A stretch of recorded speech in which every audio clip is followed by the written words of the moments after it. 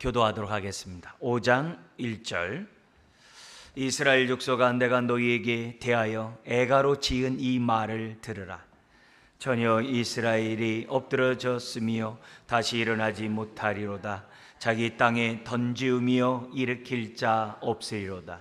주 여호와께서 이와 같이 말씀하시되, 이스라엘 중에서 1000명이 행군에 나가던 성읍에는 100명만 남고 100명이 행군해 나가던 성읍에는 10명만 남으리라 하셨느니라.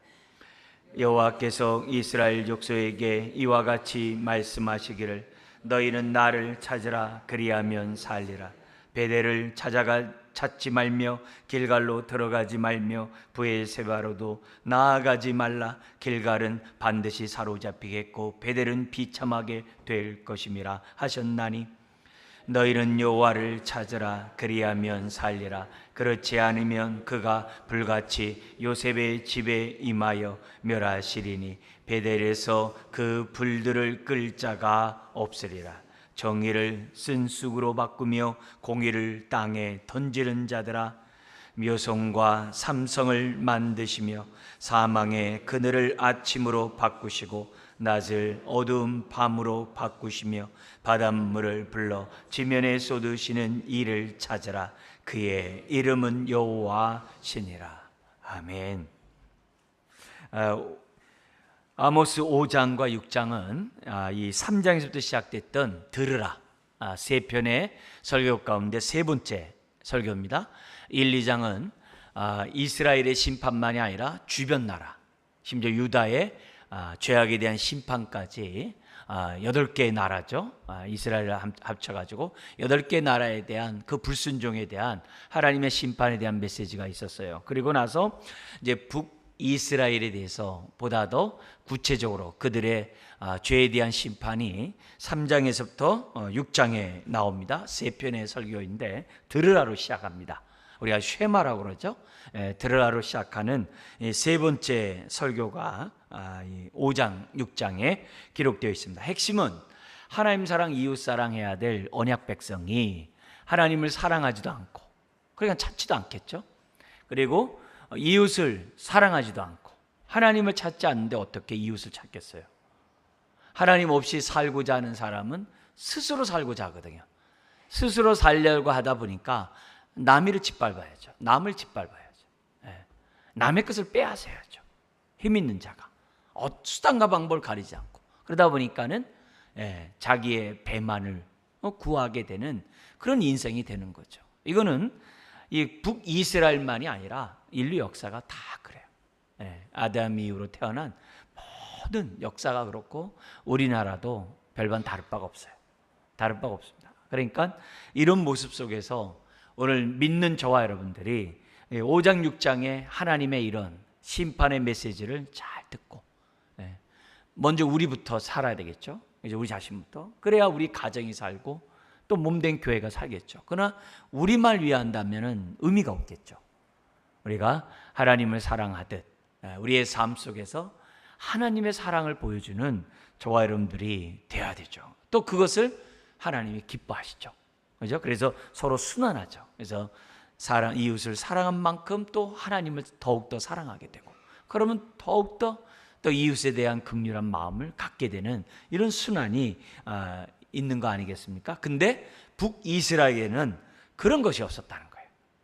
그러니까 심판받아 마땅한 존재라는 것을 우리들에게 가르쳐주고 있습니다. 자, 이런 가운데 먼저 우리 5장 내용을 보죠. 이스라엘 향한 아모스의 심정, 애가를 지은 아모스의 심정이, 지금 심판의 메시지를 하는 아모스의 심정이 5장 1절 3절에 나와 있습니다. 아모스가 한두 번만 외친 게 아닙니다. 수없이 북이스라엘 향해서 많은 회개하고 하나님 앞에 돌아오라는 그 메시지를 전했어요.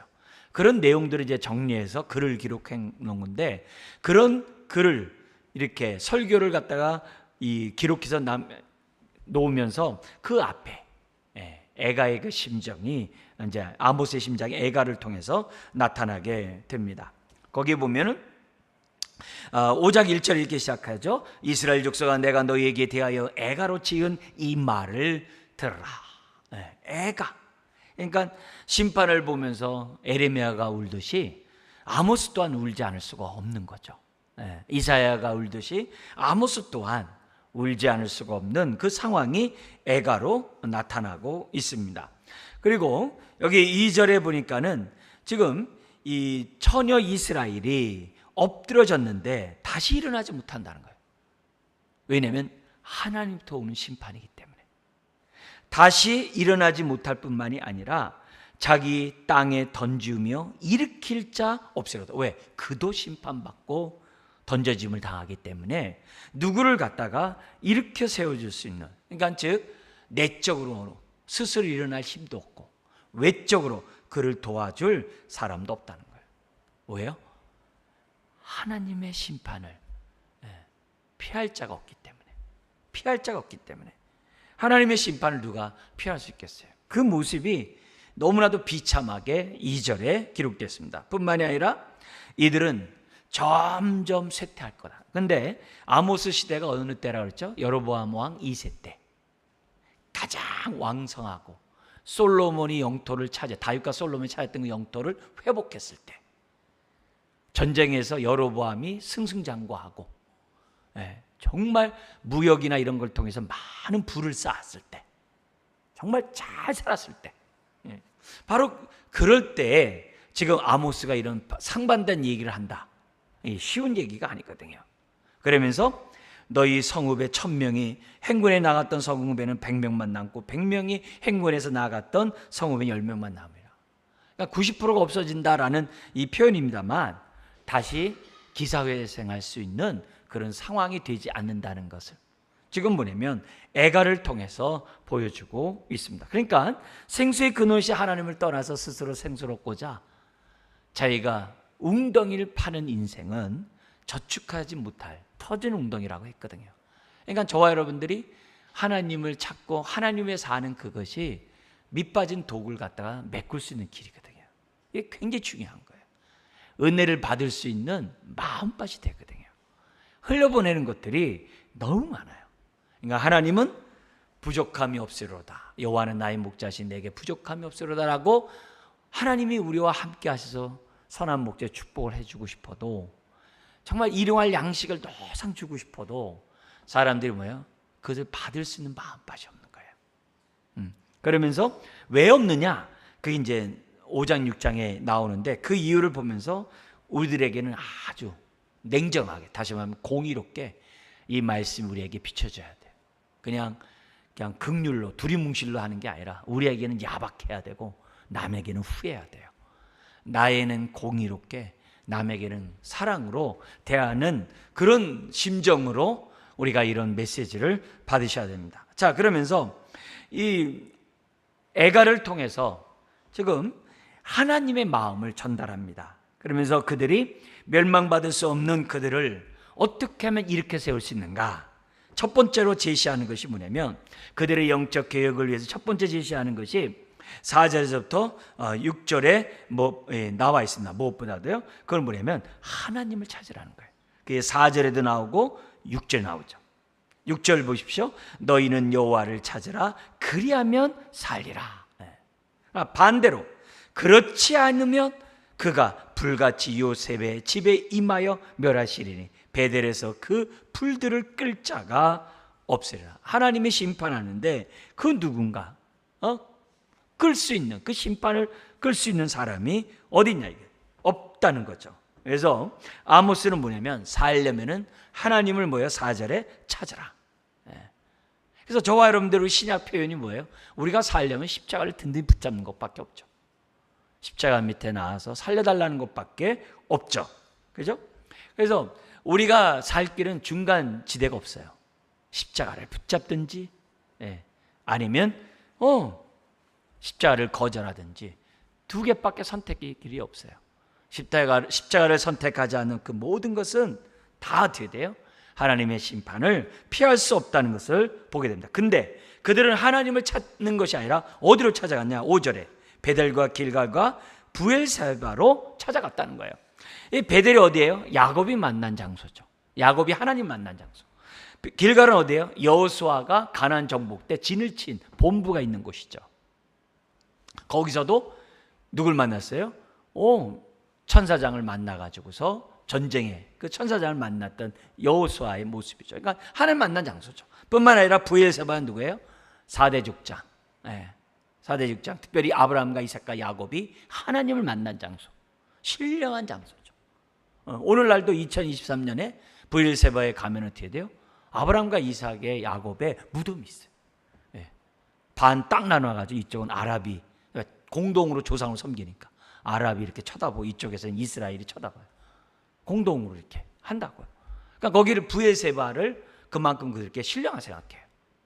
그게 옛날 사람들의 마음이죠. 옛날 사람 우리도 그럴 때가 있잖아요.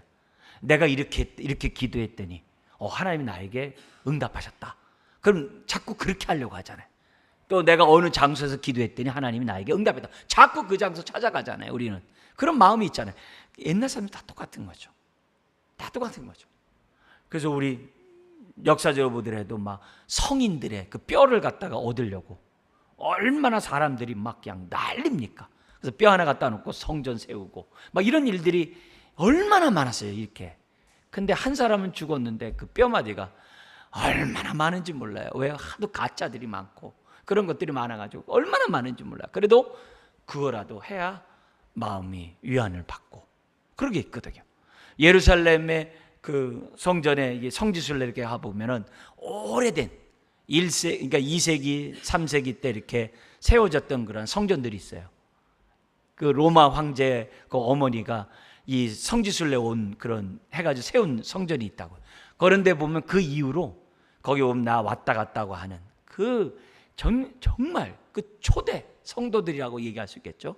뭐 예를 들면 뭐 1500년 전 막 이런 거기 이렇게 다 표시를 해서 사람들이 왔다 갔다라고. 이름을 써놓은 게 아니라 십자가 표시로 그게 이렇게 빼곡하게 있다고.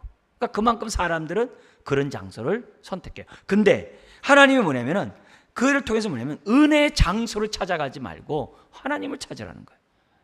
은혜의 장소가 마음의 위로를 받고 이렇게 편할 것 같은 거죠. 우리 사사기에서는 뭐가 있었어요? 법궤 가지고 나면 전쟁에 승리한다고 생각했어요. 근데 법궤 가져왔다가 빼앗겼잖아요. 근데 사람들의 마음이 그렇다는 거예요. 마음은 하나님을 찾지 않으면서 뭔가 성물이 있으면 그것이 나를 지켜준다고 하는 그런 생각들을 갖고 있는데 하나님은 그러지 말라는 거예요. 그렇게 해봤자 거기 뭐라 그러면은 사로잡히겠고 베델은 비참하게 될 것이다 이렇게 얘기를 해요. 베델은 그렇게 될 거다. 심지어 6절에 뭐라 그래요? 너희는 여호와를 찾아라 그리하면 살리라 그렇지 않으면 그가 불같이 요셉의 집에 임하여. 요셉의 집이 우리가 여러분들 잘 알다시피 우리가 북이스라엘의 이 장자 역할을 했거든요. 남북 통틀어서 장자 역할을 했거든요. 이 요셉의 그 두 아들이 힘겨라 썼거든요. 근데 힘겨라 썼지만 거기에 북이스라엘의 일종의 뭐냐면 장자 집안이거든요. 그래서 요셉의 집에 임하여 멸하시리니 베델에서 그 불들을 끌 자가 없으리라. 아무리 야곱이 뭐라고 거기서 은혜를 받고 거기서 뭐 한다 하더라도 상관없다는 거예요. 그 결과 나중에 이제 722년에 아수르에서 완전히 불타버리는 거죠. 이런 모습을 보여주고 있어요. 그러니까 하나님은 경고했지만 그들은 듣지 않았어요. 또 들었다라고도 말할 수 있겠죠. 자기네들은. 근데 열매가 듣지 않은 결과로 나왔어요. 그게 뭐냐면 7절 이하예요. 여기 뭐냐면 7절부터 9절은 뭐냐면 하나님을 찾되 계속 찾으라는 거예요. 근데 계속 찾는데 열매를 보아 알아요. 찾았는지 안 찾았는지. 그게 7절부터 9절인데요. 우리 한번 7절 한번 읽겠습니다. 정의를 쓴쑥으로 바꾸며 공의를 땅에 던지는 자들아. 이렇게 기록되어 있어요. 그죠? 그러니까 공의는 우리가 기본적으로 뭐냐면 하나님을 섬기는 자들이 율법에 따라서 살아가는 삶의 원칙이에요. 이스라엘의 입장에서 보면 그게 하나의 제도예요. 그리고 거기에 따라서 뭐예요? 구체적으로 삶에 적용하는 것이 공의인데 그들은 되면 하나님의 율법으로 말미암아 하나님이 주신 그 법에 따라서 정의와 공의를 실현하면서 살아가야 하는데 정의를 뭘로 바꿨다고요? 쓴쑥으로 바꾸고 공의를 어떻게 돼요? 땅에 던져버리는 그런 악을 행했다라고 기록되어 있어요. 그러니까 이 메시지는 뭐냐면 하나님을 섬기는 사람은 삶 속에서 어떻게 돼요? 그 증거가 나타나야 한다는 거죠. 하나님을 사랑하느냐? 이웃을 사랑하는 증거가 나타나야 된다는 거죠. 하나님을 사랑하느냐? 주의 말씀에 순종하는 증거가 나타나야 한다는 거죠. 십계명이 뭐예요? 언약 백성으로서 너희들이 하나님을 닮으라는 거거든요. 구별된 삶을 살라는 거거든요. 주의 뜻에 순종하라는 거거든요. 손가락이 10개니까 내가 10개만 주마 해가지고 어쨌든 주셨잖아요. 그러니까 그 10가지의 내용을 가지고 살아야 되는데 그들은 어떻게 돼요? 말씀은 저버리고, 우리 앞에서 봤듯이 3장 4장에 봤듯이 하나님 앞에 제물은 화려하게, 막 송아지 막 이런 것들을 아주 화려하게 하나님께 드리고, 말씀은 뒤로 제쳐놓고, 그러면 하나님이 복을 준다라고 생각했다는 거예요. 그게 아니라는 거예요. 그러면서 뭐라 하냐면은 너희들이 진정 하나님을 찾는 자라면 삶의 열매가 있어야 되는데 그게 뭐냐? 십계명에 따라서 정의와 공의가 있어야 한다는 거예요. 근데 너희는 그것을 갖다가 헌신자같이 버려버렸다라고 얘기를 해요. 그러면서 우리 주님은 8절 9절에 입으로만 주여 주여 하지 말고 마음으로 하나님을 찾으라고 지금 얘기를 합니다. 그러면서 하나님이 어떤 분이냐? 8절과 같은 하나님이래요. 근데 어떤 하나님이냐? 묘성과 삼성을 만드시는 하나님.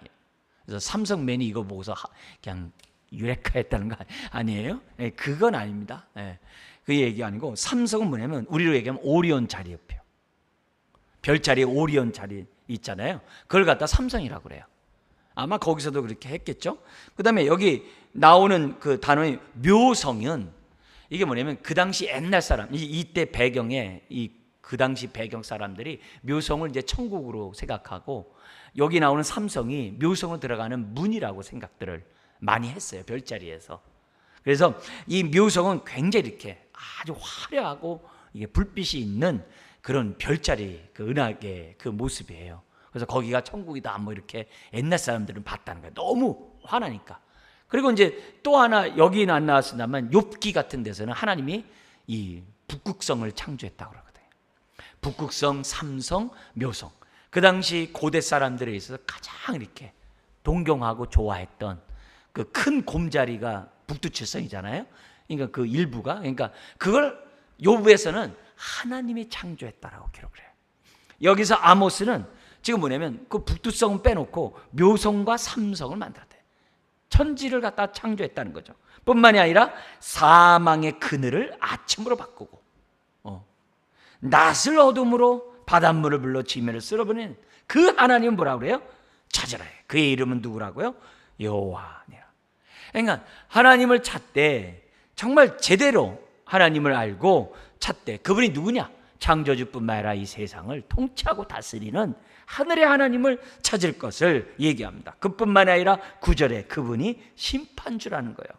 그가 강한 자에게 갑자기 패망이 이르게 하신즉 그 패망이 산성에 미치느니라. 이런 하나님을 찾으라는 거죠. 여기서 우리가 넓은 의미로 봤을 때는 딱 두 가지죠. 하나님은 초월해 계시면서 하나님은 어때요? 내재하신 하나님. 초월해서 가만 내비두고 법칙에서 운행하도록 한다는 게 유럽의 이성주의자들이 얘기했던 생각들이에요. 하나님은 창조해놓고 법적 질서를 해놓고 거기서 돌아가게 했다는 거예요. 그래서 초자연적인 역사는 없다. 초월하신 하나님만 얘기를 해요. 거기에요. 초월하신 하나님.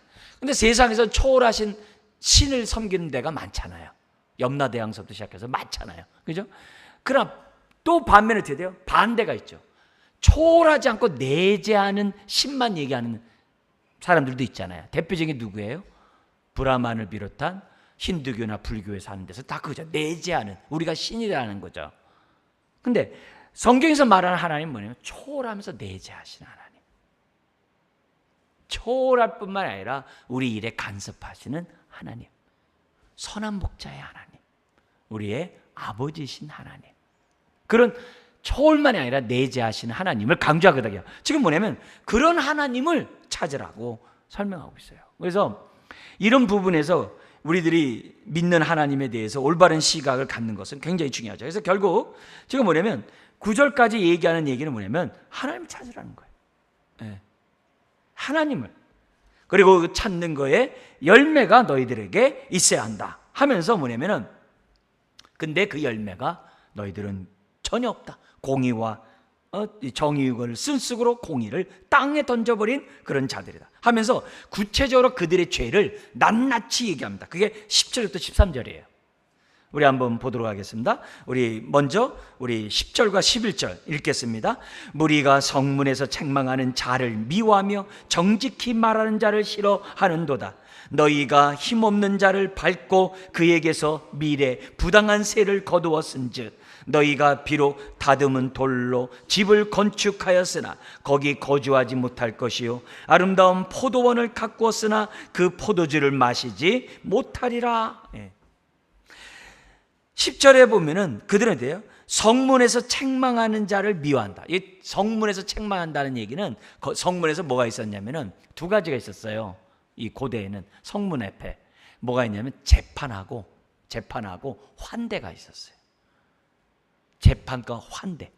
나그네가 거기 서 있으면 우리 집에 가세요 하고 데려가는 환대가 있었어요. 그리고 또 뭐냐면은 거기서 재판이 있어요. 여러 가지 공론화 해가지고서 재판을 하거든요. 우리 룻기에도 나오죠. 우리 누가 기업 물을 자가 하느냐, 그게 성 앞에 한 거거든요. 그러니까 여기서 뭐냐면 무리가 성문에서 책망하는 자를 미워하며 공정한 재판을 하고 하나님의 말씀 가운데 선포하는 그런 자들을 미워하고 정직히 말하는, 심지어는 뭐예요? 정직하게 증인하는 이런 자들을 갖다 싫어하고 오히려 뭐 뇌물을 주고 이렇게 하는 힘 있는 자들에 대해서는 해버린다는 거죠. 그런 거죠. 그러니까 결국 어떻게 돼요? 힘없는 자가 손해를 보게 돼 있는 거죠. 그리고 거기 따라서 11절 상반절에 너희가 힘없는 자를 밟고 그에게서 미래 부당한 세를 거뒀은즉, 막 고리 대금업자의 그런 역할들을 그들이 하고, 우리나라에도 막 그런 사람들 많죠. 뭐 1, 20만 원 빌렸는데 막 1000배나 되고 막 이렇게 악을 행하는 자들 많잖아요. 이게 더하면 더하지 이게 덜하지가 않는 오늘날의 시대입니다. 그러니까 어떻게 돼요? 하나님이 어떻게 돼요? 너희들이 아름답게 집을 줬어도 그 돈으로 뺏어서 집을 줬어 거기 집에 거하지 못할 것이다. 그들을 남의 것을 뺏어가지고 그 포도원을 갖고 왔어도 니들이 그 포도주를 마시지 못하리라. 왜? 하나님이 싹쓸어가게 할 거니까. 그러면서 12절에 얘기합니다. 너희의 허물이 많고 죄악이 무거움을 내가 아노라. 너희는 의인을 학대하며 뇌물을 받고 성문에서 가난한 자를 억울하게 하는 자로다. 재판을 어긋나게 한단 말이에요. 아까 그 얘기가, 왜냐하면 대조법에 의해서 이 서로 가운데 중심에서 11절 그 하반절이 핵심이거든요. 그런 너희들이 그런 불의를 행한 것 하나님이 심판하였다. 대칭 구조로 의해서 가장 핵심적인 얘기예요. 그걸로 양 날개가 지금 서로 이렇게 반복해서 나오고 있는 거죠. 그러면서 이런 시대에는 끔찍한 일이 있어요. 그게 13절이죠. 우리 한번 읽어볼까요? 그러므로 이런 때는 지혜자가 잠잠하나니 이는 악한 때임이라. 이게 더 문제죠. 하나님의 복음을 말하고 은혜를 말해야 될 자가 이 세상 끝났어 하면은 입을 닫아버리면 어떻게 돼요? 이거 정말 끝나는 거죠. 정말 끝나는 거죠. 그러니까 사람이 자유롭게 말할 수 있는 그냥 어디 공동 그냥 상식이 통하는 사회가 돼야 되는데 그게 안 되고, 우리나라에도 정치 막 진영 논리로 다 상식이 없잖아요. 그러니까 양쪽이 다 문제가 많단 말이에요. 이게 이런 속에서 사람들이 왜 바른 말 못하죠? 왜요? 양쪽부터 공격받으니까. 이게 끔찍한 일이거든요. 그러니까 이런 일 속에서 정말 이 하나님이 벌써 정의와 공의는 온데간데 없는 지금 옛날 시대나 오늘 우리들의 시대가 된다는 거죠. 그래서 우리는 모든 판단의 기준은 하나님의 말씀이에요. 하나님의 말씀이 모든 판단의 기준이 돼야 돼요.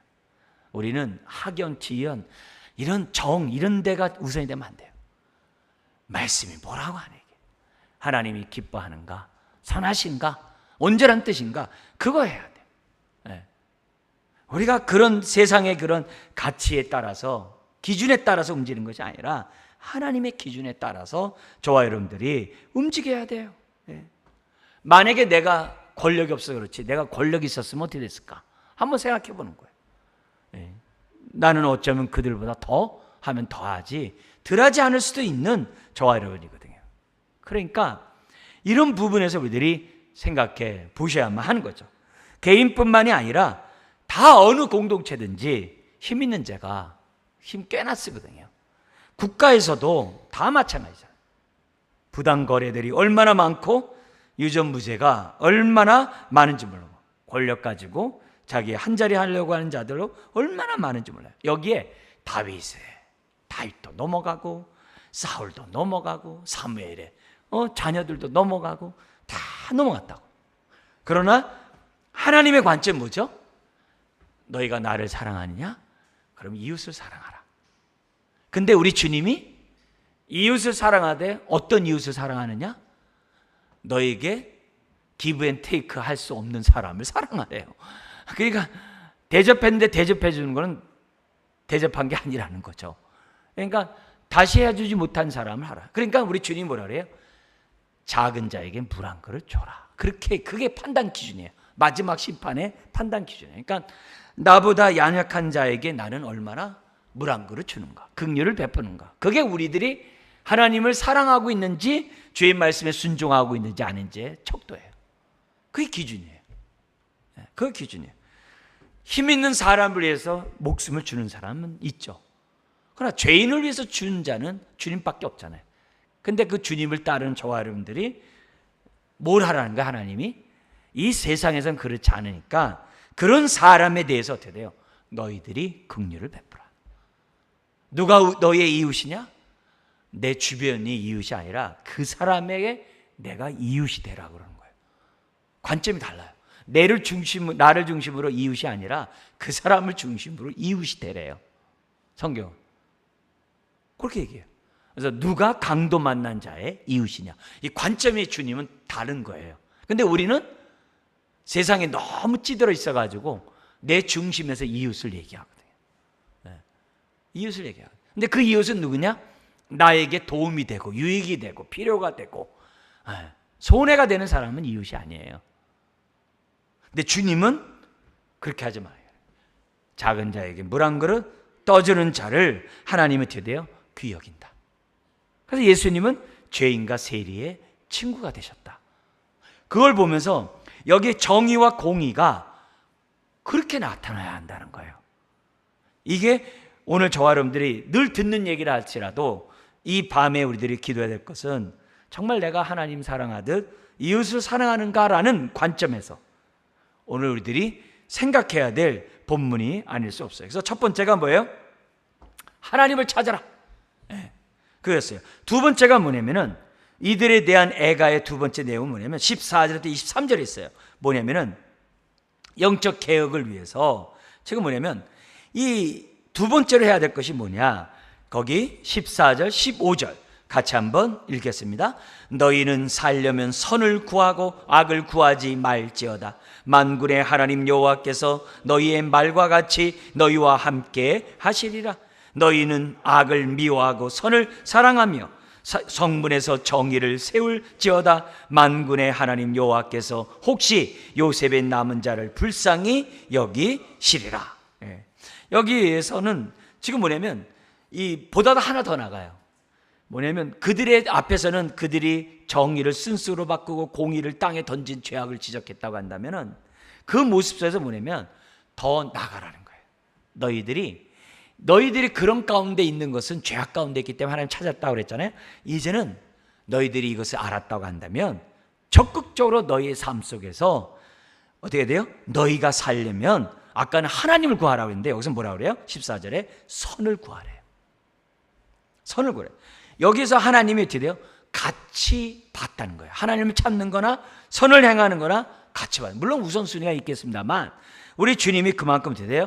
분리할 수 없는 행동이라는 것을 우리들에게 보여주고 있어요. 자, 근데 우리가 여기 보면은 선을 행하려면 선할 마음이 있을 때 선을 행한 게 우리잖아요. 그잖아요. 사랑하라 그러면 사랑하고 싶어야 사랑하지. 우리는 그렇잖아요. 근데 그게 아니라 먼저 구하래요. 구하래요. 그리고 어떻게 돼요? 순종하라는 거예요. 그러면 어떻게 돼요? 감정은 따라오는 거죠. 뭐 따라오지 않더라도 우리가 먼저 어떻게 돼요? 구하고 행하라는 거예요. 사랑하게 해 주십시오. 이렇게 구한 다음에 어떻게 돼요? 사랑하래요. 근데 내 마음은 뭐예요? 사랑하고 싶지 않아요. 그래도 하래요. 그래도 하래요. 그렇게 얘기하고 있어요. 그래서 이런 모습 속에서 우리가 정말 하나님을 찾는다고 한다면 어디서 찾으라는 거예요? 두 번째가 삶에서 찾으라. 삶 속에서 하나님을 찾으라. 그게 뭐예요? 선을 하라는 거죠. 그러니까 우리는 선택해야 돼요. 하나님을 찾을 건 여기서 찾는다 하는 저와 여러분들이 선을 구할 것이냐, 거기 14절에 악을 구할 거냐, 선택을 해야 하는 거죠. 우리의 선택에 따라서 누구에게는 구원이지만 누구에게는 멸망을 당할 수밖에 없다는 것을 우리들에게 보여줍니다. 그러면서 16절부터 23절은 뭐냐면은 너희들이 그러나 잘못된 선택을 해가지고 정의를 실천 안 하면 그건 불구덩이에 들어가는 거와 같다는 거죠. 그 결과 어떻게 심판하느냐, 거기 보면 16절 17절에 도시와 농촌에 통곡과 울음소리를 만들어버리겠다는 거예요. 도시와 농촌 모두에게 절망으로 다 만들어버리겠다는 거예요. 왜요? 그들이 농사 짓는 것을 못 먹게 해야 되니까. 왜냐하면 그건 피로, 가난한 자의 피로 만들어 놓은 포도 농장이기 때문에 하나님이 다 쓸어감으로 울음으로 바꿔버리겠대요. 무서운 거죠. 그리고 18절부터 20절, 빛이 아니라 어둠의 여호와의 날을 맞이하게 된다는 거예요. 이게 너무 무서운 거예요. 이거 정말 무서운 거예요. 그래서 우리가 막연히 주님을 부르면 뭐 잘 될 거야, 나는 교회 안에 있기 때문에 나는 안전해, 그렇게 하지 말라는 거죠. 우리가 평소에 하나님도 찾고 삶 속에서 하나님을 찾는 가운데 그렇다면 그건 괜찮아요. 그렇지 아니하고 이렇게 마치 부족하듯이 그렇게 하는 그것은 올바른 행동이 아니죠. 심지어는 하나님이 21절 23절에 얘기합니다. 앞에서 했던 얘기를 또 반복하는데요, 우리 한번 21절 23절 한번 읽겠습니다. 내가 너희 절기들을 미워하여 멸시하며 너희 성회들을 기뻐하지 아니하나니 너희가 내게 번제나 소제를 드릴지라도 내가 받지 아니할 것이요 너희의 살찐 희생의 화목제도 내가 돌아보지 아니하리라. 내 노래소리를 내 앞에서 그칠지어다 내 비파 소리도 내가 듣지 아니하리라. 거기 보면 세 가지 나오죠. 절기 21절, 22절에 희생제물, 23절에 찬양, 세 가지가 나와요. 이거는 뭐냐, 예배의 3대 요소예요. 그죠? 굉장히 중요한 세 가지 요소예요. 근데 그렇게 너희들이 철저히 그렇게 하나님 앞에 예배, 제사를 아무리 드려도 내가 너희 제사를, 예배를 받지 않겠다, 이렇게 얘기하는 거예요. 그러면서 심지어는 받지 않을 정도가 아니라 뭐라고 하냐면 이렇게 얘기를 해요. 절기 내가 미워하고 멸시한다. 성회 나 기뻐하지 않는다. 너희 번제와 소제 나 받지 않는다. 너희의 희생의 화목제 나 돌보지도 않을 거야. 너희의 비파 소리 나 듣지도 않을 거야. 얼마나 무서운 메시지를 우리 주님이 하는지 몰라요. 그래서 아모스를 통해서 하시는 그 메시지는 우리가 예배 어떤 장소 베델이나 이런 데보다도 하나님을 찾고, 그리고 삶 속에서 어떻게 돼요? 선을 구하고, 그게 진정 삶에서 하나님을 찾는 행동이죠. 세 번째가 나와요. 세 번째가 뭘 나오냐면, 그러기 때문에 24절부터 27절에 종교개혁을 하래요.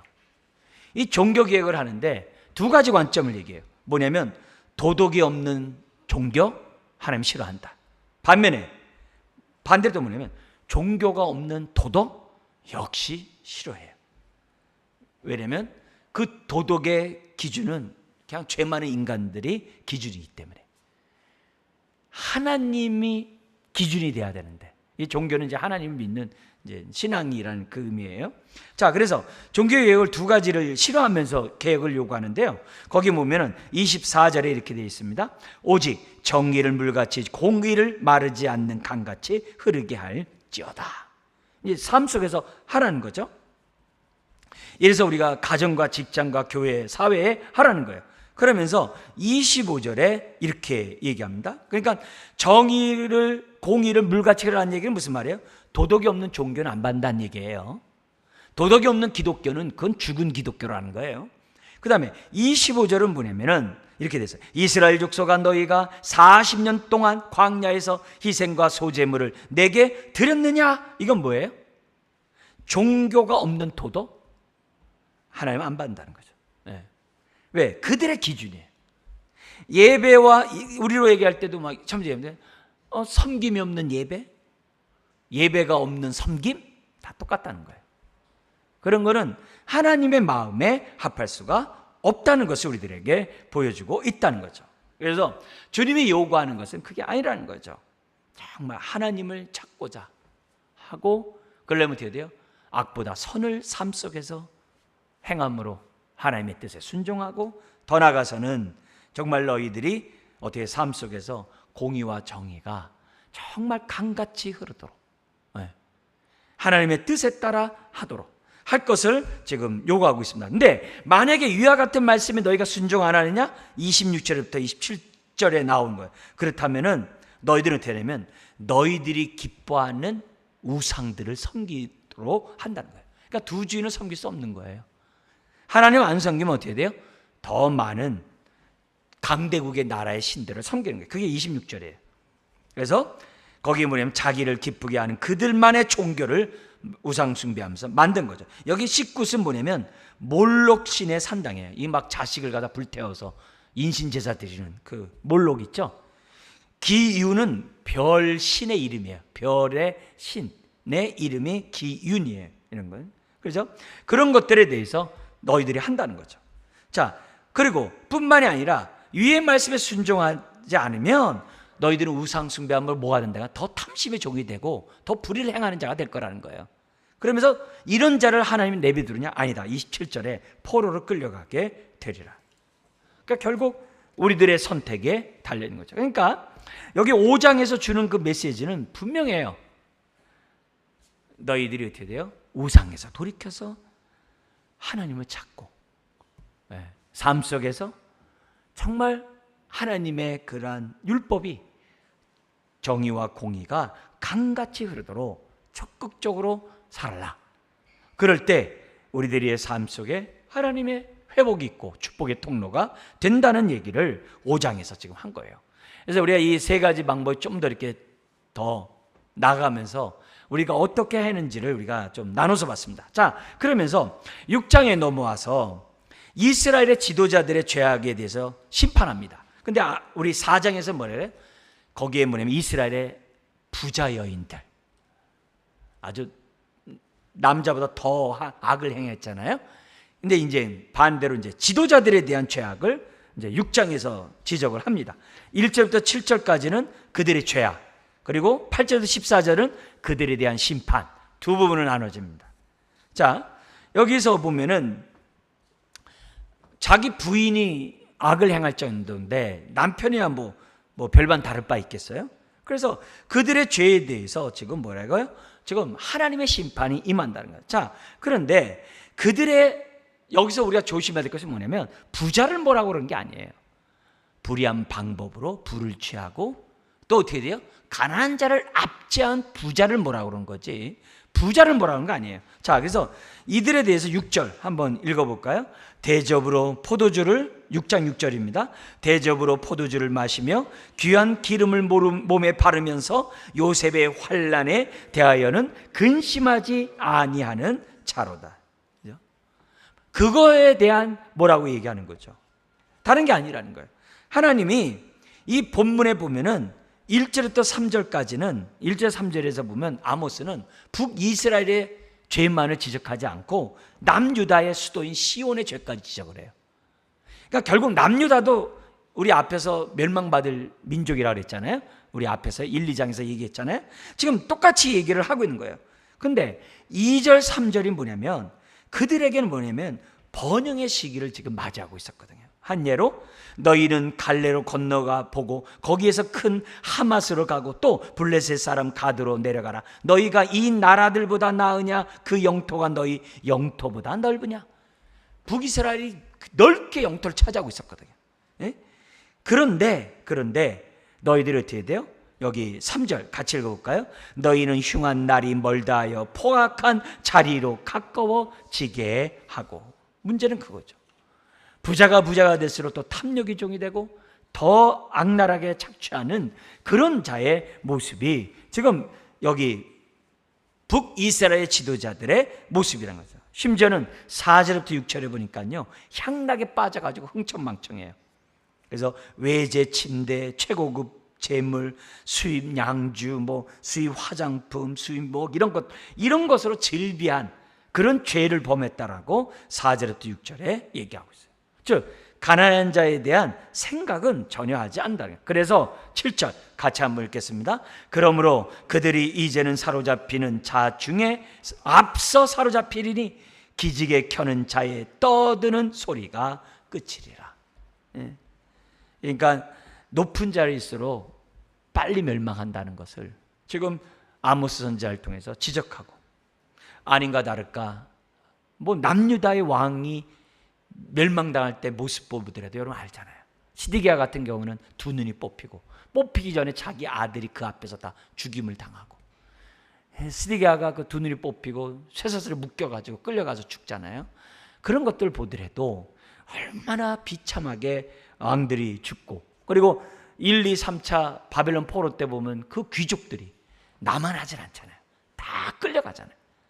바로 이 7절이 성취되는 그런 내용이죠. 자, 이런 죄악에 대한 하나님의 심판이 8절부터 14절에 기록되어 있습니다.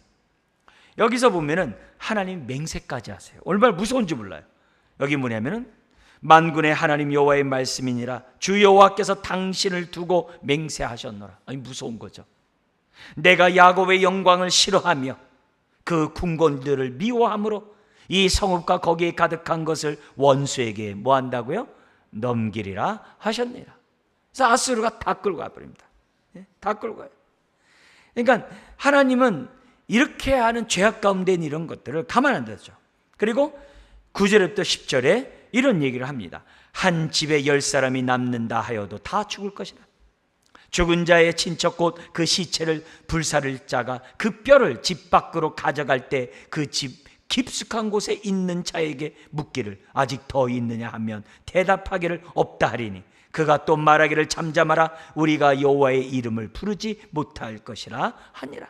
그러니까 이거는 뭐냐면 교만한 자에게 임하는 두려움의 그 심판의 결과를 지금 설명하세요. 이게 뭐냐면 특별히 포위 상황에서 기근과 역병의 희생자가 생긴다는 거예요. 이게 성 안에서 이게 얼마나 무서운 이 심판입니까? 남녀 다 똑같았죠. 자, 근데 11절 이런 명령은요 하나님의 명령이래요. 아모스가 지어낸 말이 아니에요. 하나님의 명령이에요. 그럼 왜 이렇게 하느냐? 왜 이렇게 이 명령하신 이유가 뭐냐? 그게 12절 13절에 있습니다. 같이 한번 읽겠습니다. 말들이 어찌 바위 위에서 달리겠으며 소가 어찌 거기서 밭 갈겠느냐? 그런데 너희는 정의를 쓸개로 바꾸며 공의의 열매를 쓴 쑥으로 바꾸며 허무한 것을 기뻐하며 이르기를 우리는 우리의 힘으로 풀들을 취하지 아니하였느냐 하는도다.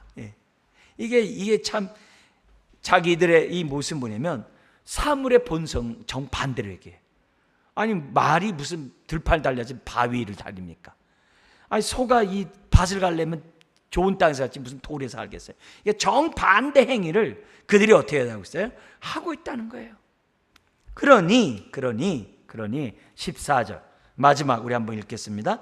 만군의 하나님 여호와의 말씀이니라 이스라엘 족속과 내가 한 나라를 일으켜 너희를 치리니 그들이 하맛 어귀에서부터 아라바 시내까지 너희를 학대하리라 하셨느니라. 결국 어떻게 돼요? 하나님의 심판을 피할 수가 없다는 것을 가르치면서 결국 우리가 이 밤에 우리가 하나님 앞에 기도해야 될 것이 뭐였죠? 우리가 하나님을 정말 마음으로 찾자. 그리고 하나님 사랑 이웃 사랑의 원칙에 따라 하나님을 사랑하듯 이웃을 사랑하자. 이웃을 사랑하는 방법이 뭐냐? 정의와 공의를 강같이 흘러가게 하는 것이다. 예, 그렇게 하는 것이다. 그 얘기를 지금 뭐냐면 강조하고 있는 것이 5, 6장에 나타난 세 번째 설교입니다. 그렇다면 오늘 우리가 살고 있는 현실 모습 우리나라는 어떨까요? 더하면 더하지 다를 바가 없어요. 저와 여러분들이 나는 하나님 잘 섬기니까 난 괜찮아. 그게 아니에요. 성이 포위되면 같이 희생당하게 돼 있어요.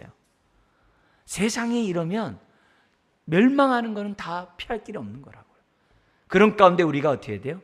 심판을 조금이라도 늦추는 저와 여러분들이 돼야 되겠죠. 그리고 그 가운데 저와 여러분들 같이 남은 자들을 살려놔야 되겠죠. 하나님이 남은 자들을 찾으실 때 한 사람이라도 더 찾아야 되겠죠. 결국 우리가 정의와 공의를 실현하는 것도 한 사람을 남은 자 되게 하고자 하는 하나님의 선한 뜻이 있다는 것을 우리들에게 보여주고 있습니다. 그래서 개인적으로 뿐만이 아니라 우리가 이 국가적으로도 여기 정말 하나님 사랑, 이웃 사랑이 잘 이루어지도록 우리 기도하고 살아가는 저와 여러분 되길 주의 이름으로 축원합니다. 기도하겠습니다. 하나님 아버지, 공의가 우리들의 삶 속에서 또한 정의가 물같이 마르지 않는 강같이 흐르게 하는 우리 인생이 되게 하여 주옵소서. 주의 이것은 하나님을 사랑할 때 비로소 나타날 수 있는 결과인 줄 믿습니다. 아버지 하나님, 참으로 우리가 지금 사는 시대가 여로보암 왕 2세 때보다도 더 잘 사는 시대인 줄 압니다. 더욱더 아버지는 그들보다 호요식하며 잘 살고 있는 때가 오늘 우리가 사는 이 시대입니다. 주님, 더욱더 멸망의 때가 가까이 오는 이 시대, 하나님 사랑, 이웃 사랑을 하되 진실하게 또 온전하게 소자에게 물 한 그릇 떠주는 긍휼한 마음으로 주의 뜻을 나타내고 주의 사랑을 드러내는 자녀들 되게 하여 주옵소서. 예수님의 이름으로 기도드리옵나이다. 아멘.